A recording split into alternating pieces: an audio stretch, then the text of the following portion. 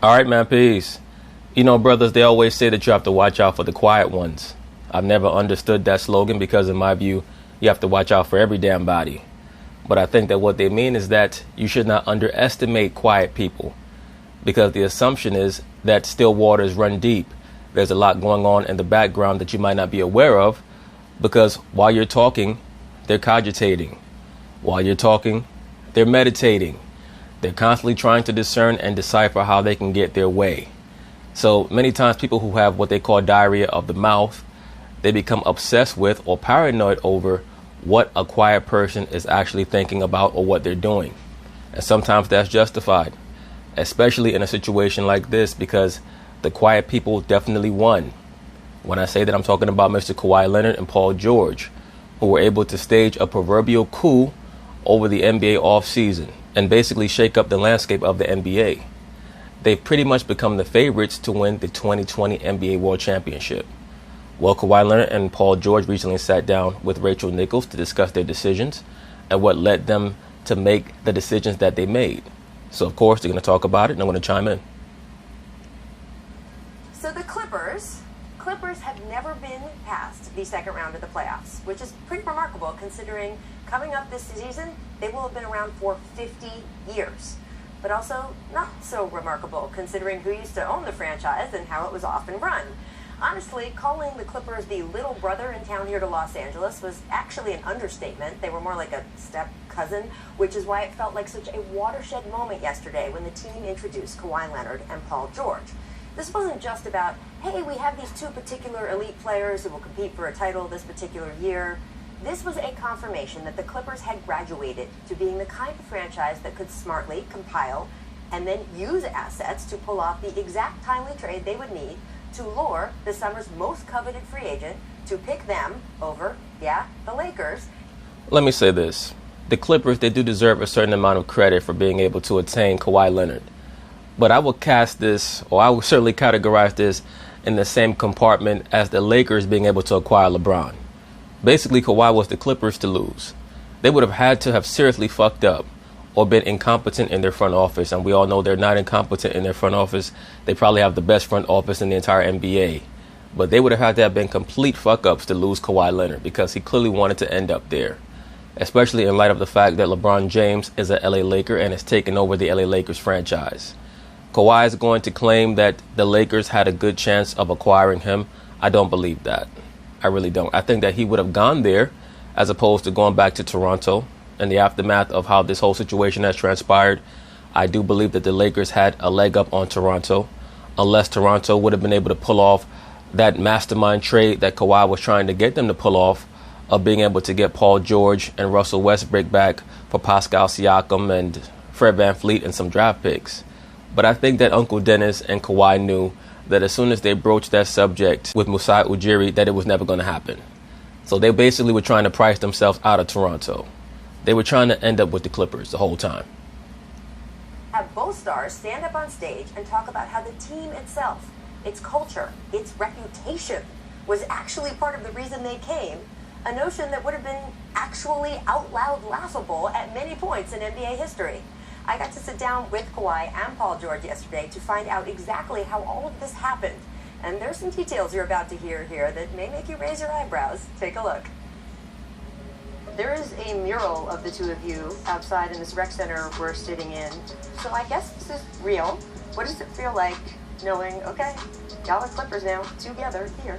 It feels great. I think seeing that kind of solidified it. Open that chapter of this new journey that we're going on. Still kind of surreal. Just able to have Paul on my team and even just being back home and playing. It can't be that surreal, brother. I mean, it's pretty obvious that you and Uncle Dennis have been planning this for the entire year, and there's nothing wrong with that. But as soon as I heard that the Clippers were going to have an official basically spy on Kawhi Leonard for most of the games over this past season, it's very obvious that they were working hand in hand. They wanted to show Kawhi that they were as obsessed with acquiring him as he was with going back to LA. It's a great experience. It's probably going to be my first time playing with a elite player on his level. God damn. Shots fired at Pascal Siakam and Kyle Lowry. Whew. Kawhi said this is going to be the first time I get to play with a player on his level. You know, we're around the same age as me, same talent, and you know, I'm excited to play. You know, I can't wait till training camp start. You know, get into season mode, put on a jersey, you know, pass on the ball. You know, just talking on the floor. I can't wait. I'm excited. You guys both grew up Kawhi said, I can't wait. I'm excited. around outside of LA around the same time. You both went to those mid-major colleges in Southern California. Paul, you get drafted by the Pacers in 2010. 2011, draft night, they take Kawhi Leonard. Now, they did trade him draft night for George Hill, but what did you think when he got drafted? I was a little nervous. I'm not gonna lie, I was a little nervous just because, you know, we play the same position. Well, your attitude should have been, I'm going to beat him out. If you're that nervous, what you're really showing is that you're not an alpha, and that's okay. There's nothing wrong with that. Paul George in today's NBA could be a great second banana as long as your alpha is someone like a Kawhi Leonard, a KD, or LeBron James. And that's not even going to guarantee a championship. Really, I should just say a Kawhi Leonard. Because of those other three players, he's the only one at this point in his career who can be as potent defensively as he is offensively, and shows that he can actually lead a team with some level of placidity. LeBron can lead a team, but he loves anarchy too much. So everything has to go right for LeBron's teams to win championships. Everything has to fall into place, and he has to get a great deal of luck. Kawhi Leonard has shown that he can actually take a team without another superstar and win a world championship by beating very good to borderline great teams. So this is going to be a great test for both players, because certain people are going to put an asterisk on Kawhi winning the championship last year. They're going to say, well, Golden State was undermanned. He hit a lucky shot in Game 7 against Philadelphia, so on and so forth. So this up-and-coming season should be very exciting. It was like, all right, I need to work on something, because they bring in reinforcement in right away. But it would have been amazing to see what we could have did in Indiana and what we could have accomplished. 8 years later. And I actually don't think that Paul George is that far off from Anthony Davis when it comes to what they're bringing to the table. They're pretty close, actually, especially if Paul George picks up where he left off last season. You guys are on the same team.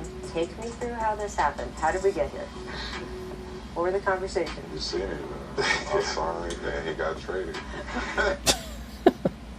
Yo, Kawhi will be talking to these media people like they stupid. You seen what happened. I have the feeling something happened before that. I don't know. Who called who? How did you guys start talking about the idea of playing together? Well, the idea started, probably me playing in San Antonio. I was playing in San Antonio, and I was eating Apple Jacks. And I said, I wonder if Paul George likes to eat Apple Jacks for breakfast. And I told Uncle Dennis, call up Paul, ask him if he like Apple Jacks. Being on the Pacers, and then, I was trying to get San Antonio to get him over with us. And, you know how things work with trades. He ended up to the Thunder. Probably had a better package for him. But So Kawhi Leonard just confessed that he tried to get the San Antonio Spurs to trade for Paul George while he was still on San Antonio. So that's letting you know that the cat has been trying to utilize certain machinations behind the scenes for a while now. He's not just some dude who stands around and supposedly is scared to talk to reporters, how people like Skip Bayless like to depict him. That's probably when the initial idea started, when he wanted to get out of Indiana. And what kind of conversations did you have at the beginning of this July? We talked and just wanted to see what the possibility would be to play together. That also means that probably going back to 2017, Paul George and Kawhi Leonard were conspiring to play together if the moment got to be right. But Kawhi knew that he could not really recruit Paul until he got to the team that he wanted to get to, because first he had to make that little one-year stop in Toronto. And then as he's going through his free agency, looking at the teams that he was looking at coming back to LA,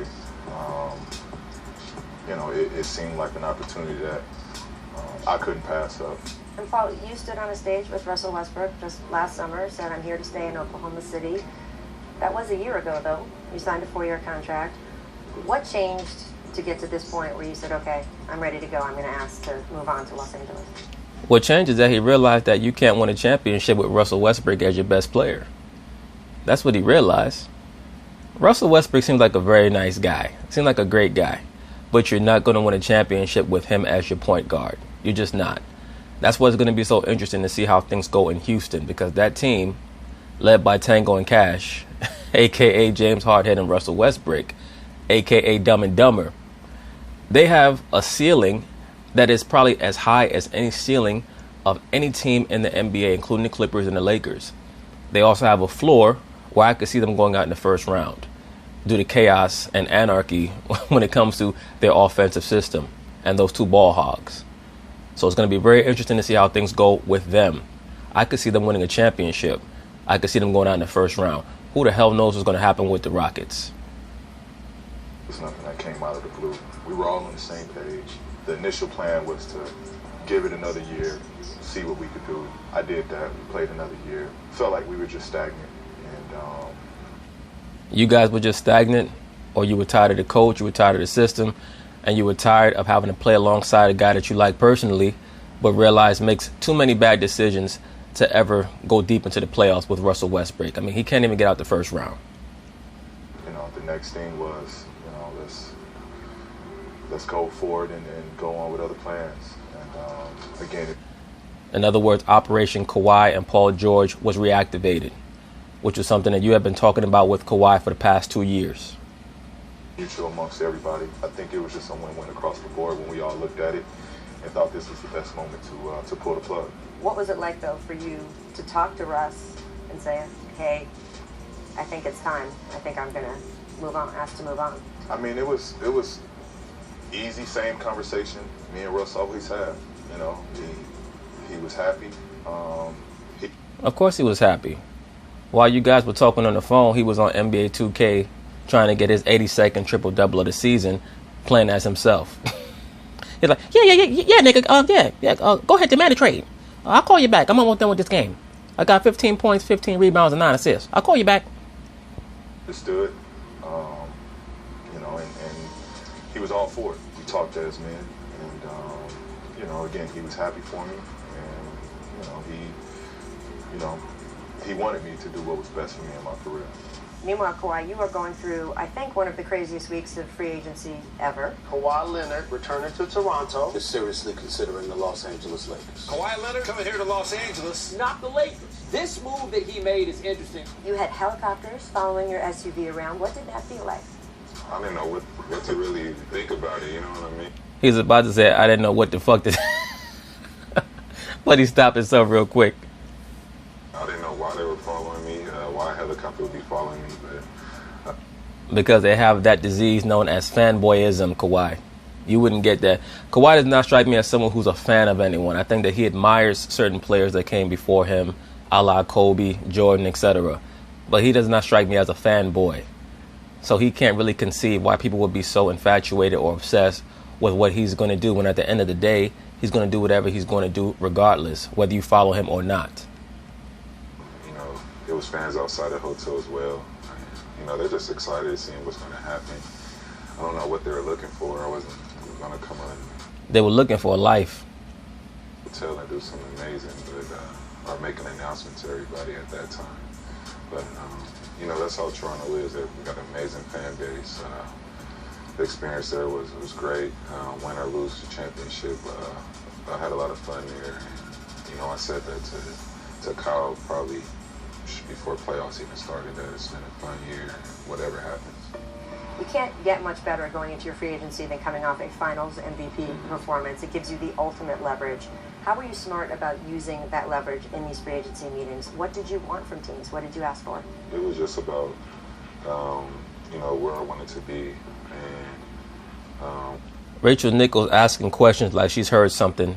Supposedly, the rumor mill is that Kawhi Leonard's agent, Uncle Dennis, was asking for exorbitant things, private planes and real estate property, things of that nature. So I think that she's just trying to test the waters to see how he'll respond to that. The media is going to try to turn up the heat on Kawhi next season, so look for that, especially as they get more and more frustrated at his reticence in being as transparent as they expect him to be. These top-level NBA stars, especially because they're all, for the most part, so-called black men, they're expected to be as complicit with the media as is necessary. In other words, you better play the role, you better play the game that we demand of you, or we're going to try to start snooping around and seeing what we can find in other places. I was going to be happy at my in-home family, and that's pretty much what I made my decision with.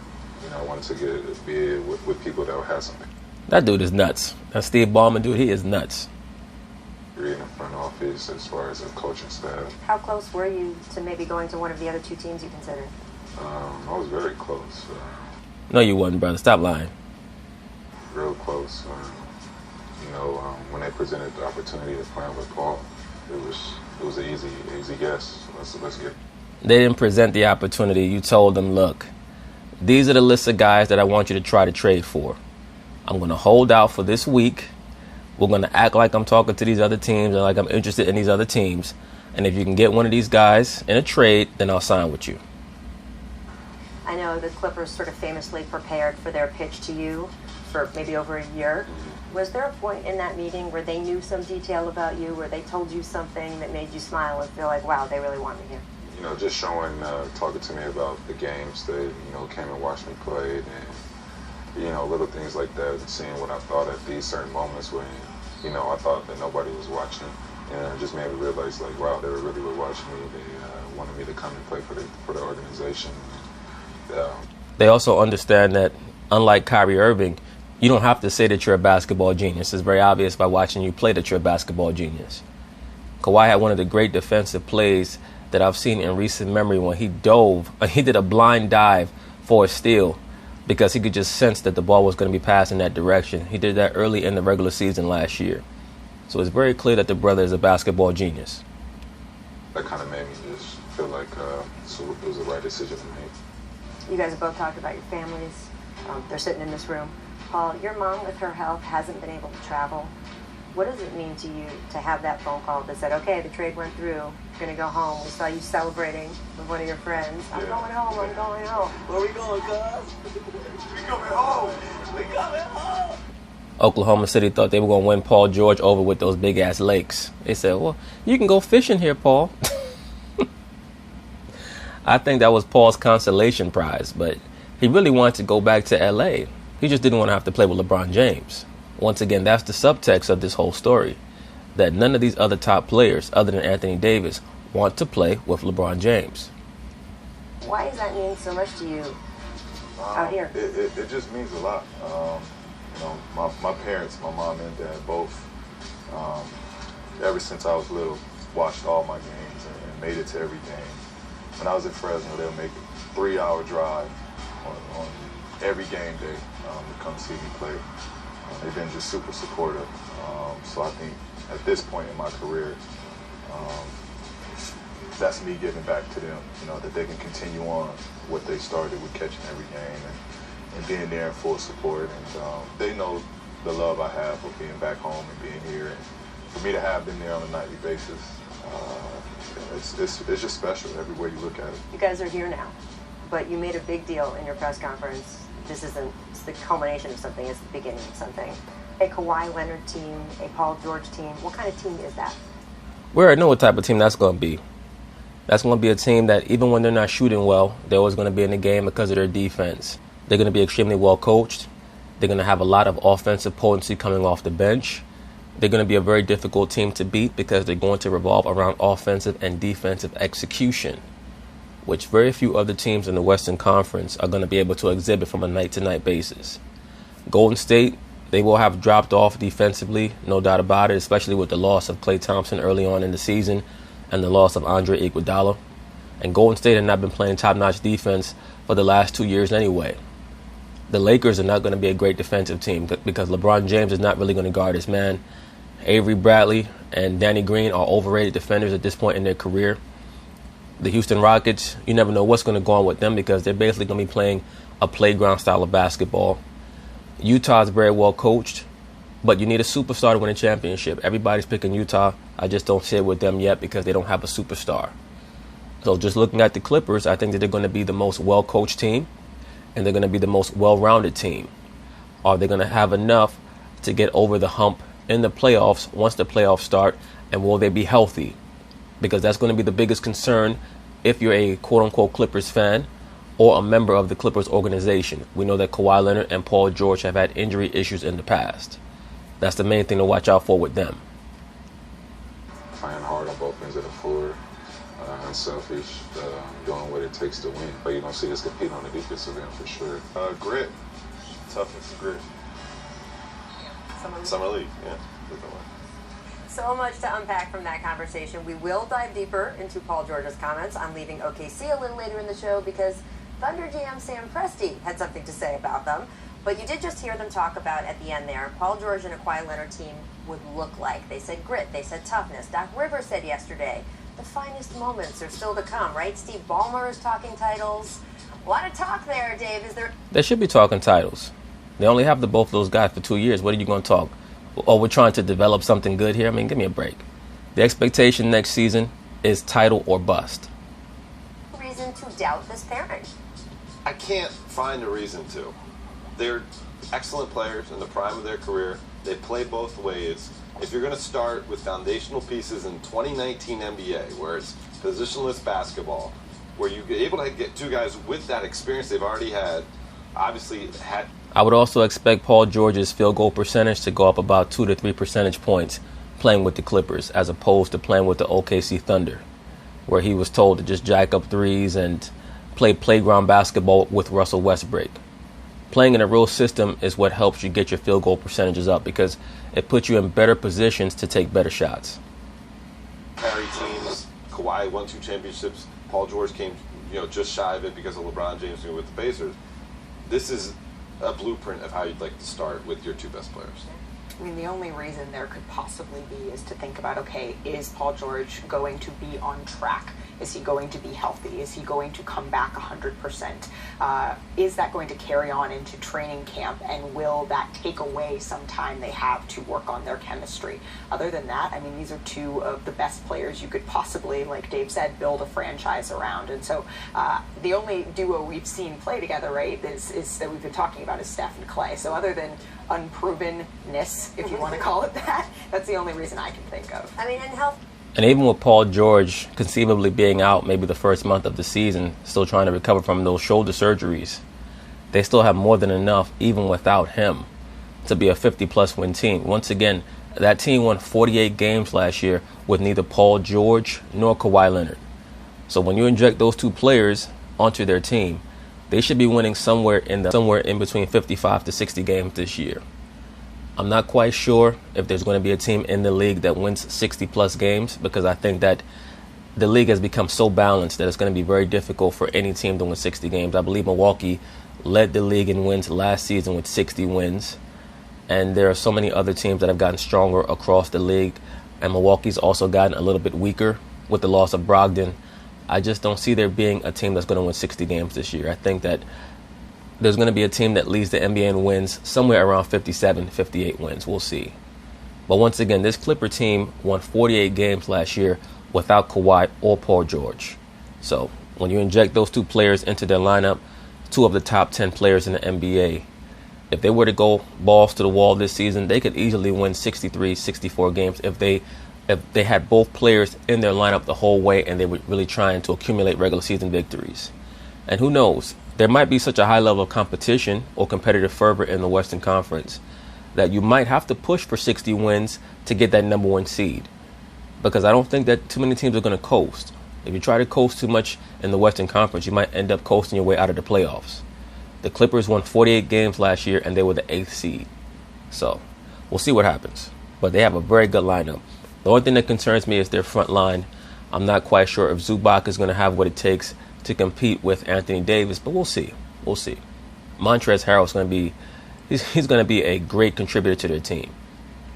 It's a question really for all those duos around the league, and that's the difference now with having 2 major players on a lot of these contending teams as opposed to the Warriors we saw them sustain a lot of health losses, and it finally took 2 or 3 of their major players going down at once for them to lose in the finals, but they could lose a player or 2. Steph missed parts of playoff runs, all that sort of stuff, and it was fine. When you only have 2 players on the team like this, and the Lakers are in this situation, and a lot of other teams now are in the league around the situation, then if one of those guys has a major injury at some point during the year or during the playoffs, then you're in trouble. I do think the positionless thing is so interesting, though, because you heard them in the interview talking about, hey, I was a little worried on draft night mean, it's kind of crazy that these guys, by the way, their lives have intersected. They played AAU and high school basketball, not against each other, but near and in the same circles. They played college basketball against each other. We have the video.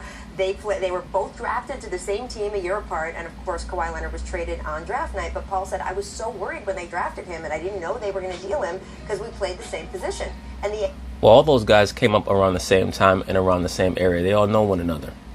Kawhi, Paul George, Russell Westbrook, James Harden, they're all from the same area. They all came into the NBA in that same 2 or 3 year span.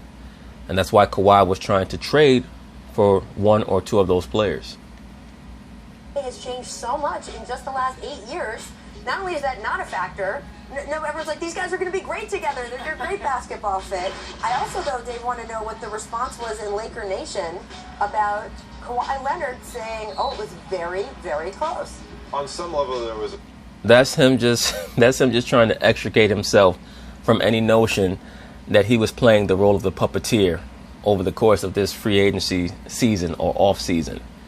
He does not want to be cast as a LeBron James who was manipulating people, but it's very clear that Kawhi and Paul George, they were one another's plan B or plan C or even plan A somewhere down the line to play together if they could. And neither one of them wanted to play with LeBron James. Relief because you know that they weren't played. There was some concern out there. Like, were they really just brought along for the ride to use as leverage to try to get the Clippers to give up more to get Paul George? On the other end, there's the thought of back to the summer of 2018. And had they got... And this notion, and I've touched on this in other videos, this notion that the Clippers gave up so much to get Paul George. They gave up Gallinari and 4 first-round draft picks that they're not going to need. They're not going to need any of those first-round draft picks. They have Kawhi Leonard and Paul George in their prime. They're in their late 20s. They're going to give up the next 4 draft picks. Conceivably, those players are going to re-sign with the Clippers. They're going to be there probably for the next 6 or 7 seasons unless there's some huge issue within the franchise where both players want to leave.